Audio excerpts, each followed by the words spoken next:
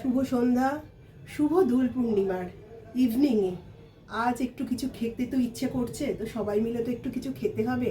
তো বাড়িতে থাকা কিছু সামগ্রী দিয়ে একটু স্ন্যাক্স বানালাম, যেটা খেয়ে রিভিউটা দেবে হচ্ছে আমাদের মুনমুন। দেখুন কি কি বানিয়েছি, সেটার জন্য আপনাদের দেখাচ্ছি। এটা হচ্ছে আমান পকোড়া, এটা হচ্ছে পেঁয়াজ ডিম দিয়ে পকোড়া, এটা হচ্ছে ফিশ তন্দুর, এটা হচ্ছে পনির টিক্কা, তার সাথে চাটনি তো মাস্ট। এটা আজকে বানিয়েছি আমি। তো খেয়ে এবার বলবে মুনমুন কেমন খেতে হয়েছে। আমি আজকে দোল পূর্ণিমাতে বললাম দিদিকে যে কিছু বানাও, তখন বললো ঘরে কিছু নেই। তো আমি বললাম দূর, ঘরে কিছু নেই মানে তোমার ঘরে কিছু নেই এটা হতে পারে না, তো কিছু তো আছে, বানাও সেটা। তখন বললো আচ্ছা ঠিক আছে, তখন সারপ্রাইজ আছে। তো আমি এখন এসে পুরো সারপ্রাইজ হয়ে গেছি যে কি আছে। তখন এই যে এতগুলো খাবার বানিয়ে উনি বসে আছেন, দেখুন। তাহলে আমি এবার এই খাবারগুলো টেস্ট করব, আমাকে দিয়েছে এবার খা।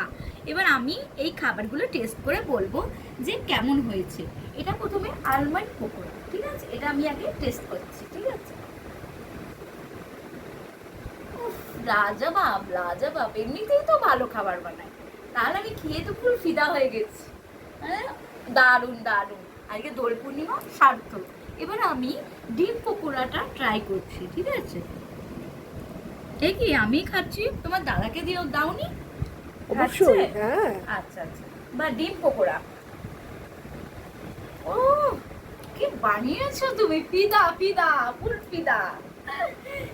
এবার হচ্ছে ফিশ তন্দুর। ফিশটা আমি বলেছিলাম স্পেশালি একটু ফিশ বানাবে, তো ফিশটা আমি খাচ্ছি, খেয়ে দেখি কিরকম হয়েছে।